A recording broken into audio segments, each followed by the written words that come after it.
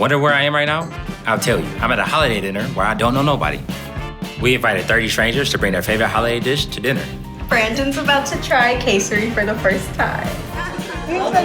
Oh yeah, she can act this subject though. Everybody brought amazing food, and everybody had a story to tell. My dish is Kuku Sabzi. Sabzi in Persian means herb. It's like very herbaceous. That's my word of the day. Herbaceous. You were right. Salmon onigiri, always a big hit. It's good. I'm going in. So my dish represents that bridge between Kingdom of Tonga, where my family immigrated from, and also me and my generation being born here in California. I brought juk. We like to have it for the holidays by making it with turkey instead of chicken. It's like a nice little hug from mom.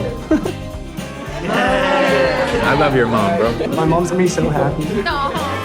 Whatever holiday you celebrate, one thing's for sure, food is great at bringing us all together.